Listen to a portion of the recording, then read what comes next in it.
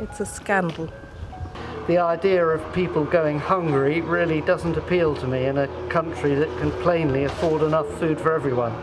You know, it's a dreadful state that in this day and age there's people who, can't afford to feed themselves. It's clearly people are genuinely suffering. I think I'm just completely overwhelmed by the fact that we need to do it. That in this country, in the 21st century, we've got people who are hungry. It's pretty scandalous that we need to do this. It's a real failure of governments over many years. The first time I ever donated food to a cause, and that was during the Fire Brigade strike in 1979. It's just appalling that so many decades later we're still living in a society where we have to collect food for people. Hi Barbara. Hi, how are you doing? Well, it's the feeling that you're doing something, isn't it? I just feel as if I need to do something to help because I've found it difficult in the past, so I sort of know a little bit of how it feels. Okay, and treats. Treats can go in. It could be any of us. So I'm just doing my bit, I suppose. Been on the receiving end of kindnesses in the past, so I know what it feels like when you struggle.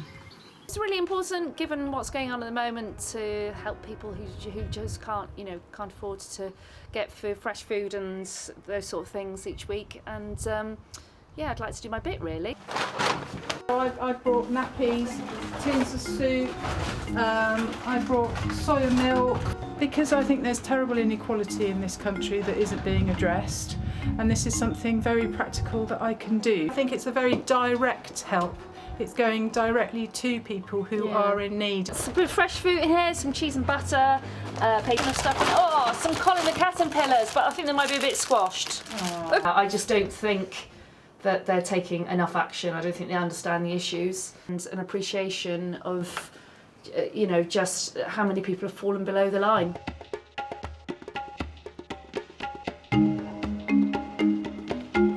Morning. We knew there was a need.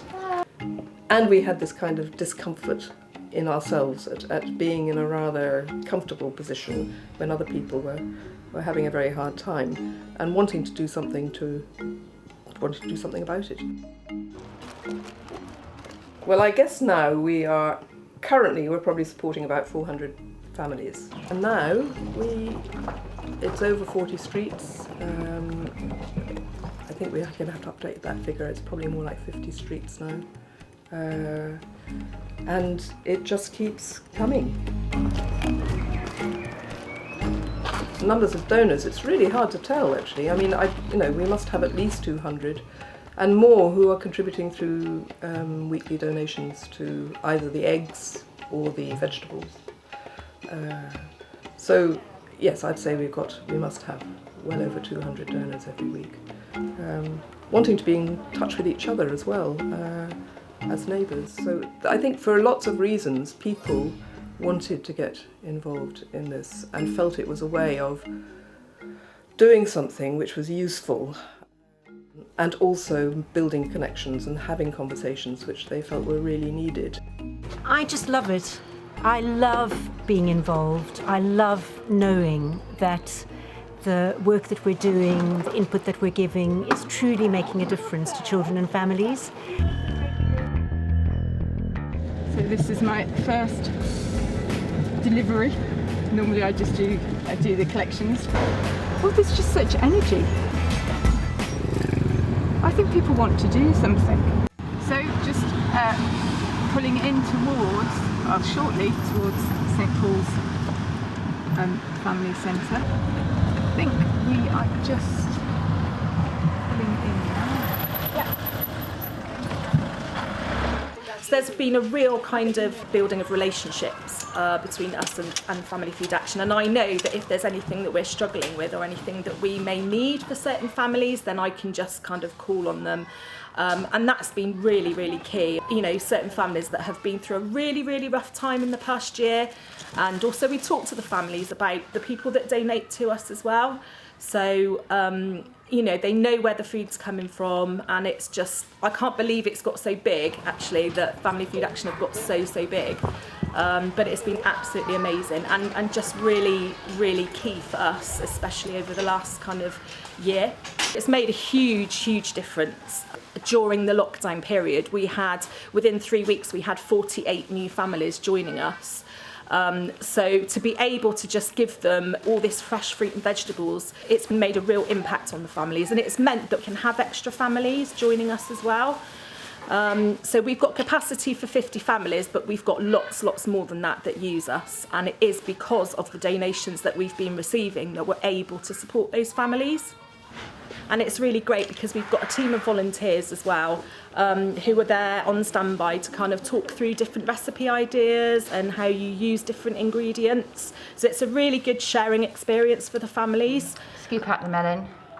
A bit like that, really. What we'll call a melon smile. There's a lot of things you can do. Normally I just steam it, but you can do cauliflower and cheese. It's delicious and healthy as well. Snake beans. It's shaped like a snake. But you can just steam these with carrots. They goes well with carrot, with oxtail, beef. They go nice in a stew.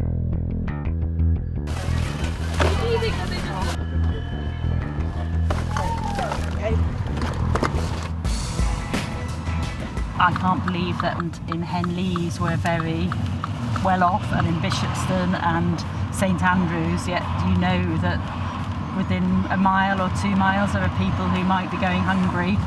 So I just feel as society we need to do our bit. Well, what I find is rather upsetting is the fact that you know, this pandemic, when it started and we really hadn't a clue what was going to be happening, you know, Emily started it in her own front room.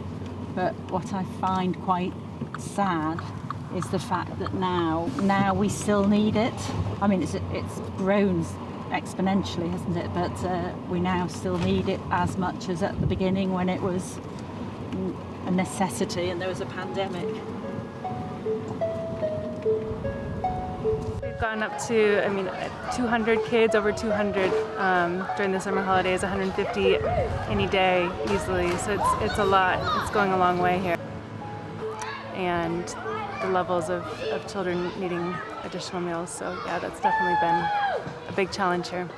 So there you go, my sweet. Thank you. Yeah, I come here every day, except from Saturdays and Fridays. And what's the food like? The food is literally amazing. I would eat it 24/7 if I could.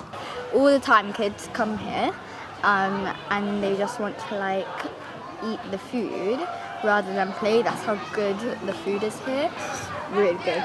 The food is very nice and very flavorful, and I love it. My favourite food would be the spaghetti bolognese. The people from all over, from Southmead, Henleaze, Totterdown, Bedminster, you get them from all over. And like I said, we're on Facebook, so some of us follow us on there. And it's somewhere to come where you don't have to pay and entertain the children. We've got really large Somali population, South Asian, Afro-Caribbean, Polish, people from all over, and a lot of the cuisine also reflects that as well. They come every day. You put a smile on their face. And for me, that's my job's all about. The Family Food Action donations have come at a really important time for us as we've increased the number of families that we're serving, and especially as a lot of the other sources have kind of trickled off post-COVID. Well, we're still in COVID obviously, but after a lot of that emergency funding has kind of dried up.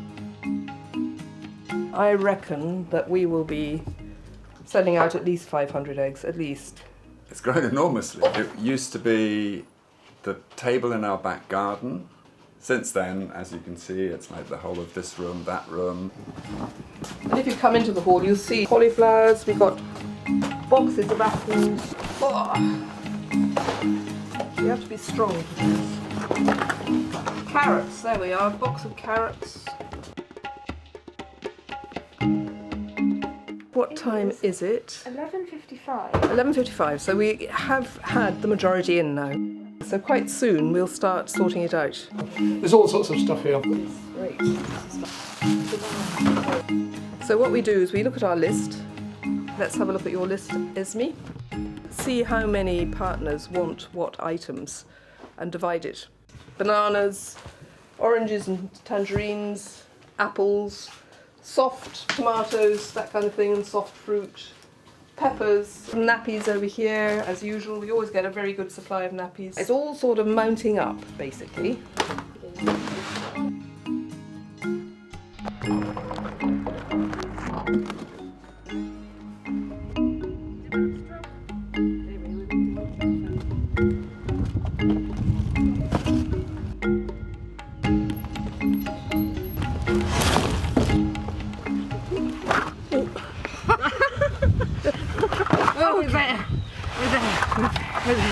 We've got four drivers every week.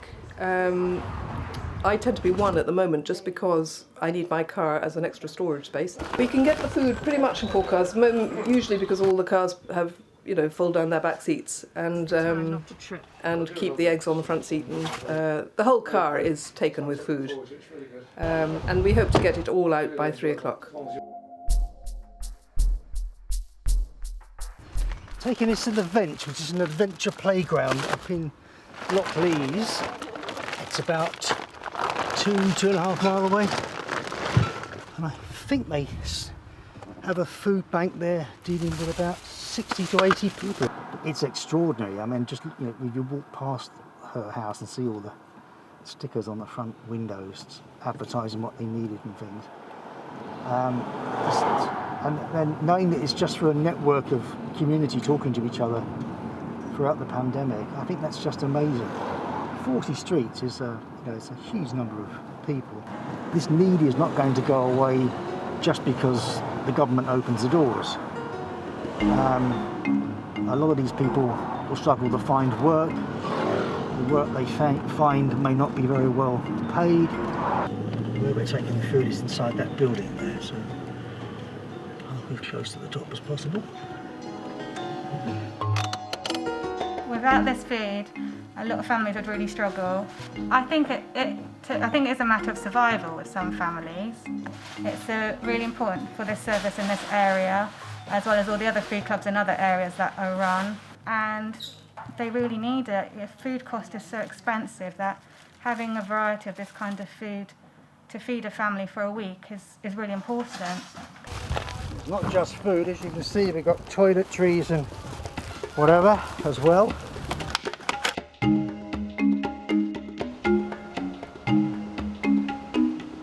Fantastic! Oh wow, we're all looking forward to next week. Oh.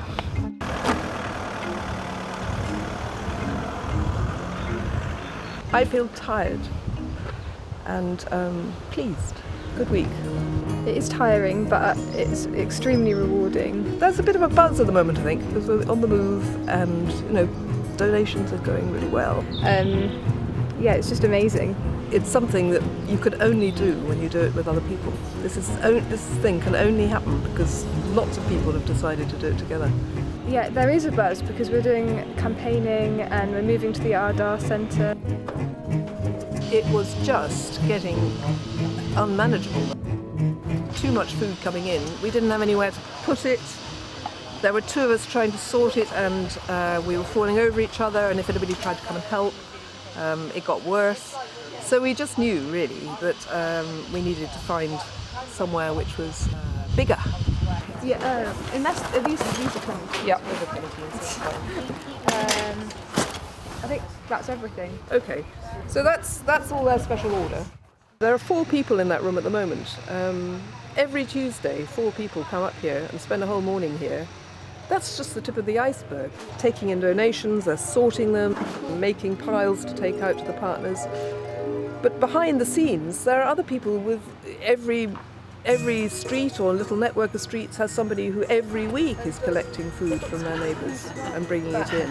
And behind that, there is another little group of people who are meeting regularly for discussions about what we should be doing next. They're writing, they're talking to MPs and councillors, they're spreading the word in many different ways. So there's all this contribution and generosity in so many different ways. It is a question about whether people will want to continue this kind of support. We need to find ways of talking about the enduring nature of food poverty, so there's a better understanding in our local streets about why it's there, what causes it. And I don't know whether people will continue to want to be as supportive and engaged as they have been through this last year and a half. You don't know what you can do until you get together with other people, and when you do get together with other people and you do it in a neighbourhood way, there's an astonishing amount of resource and energy and capability and talent, creativity, and it's amazing what happens.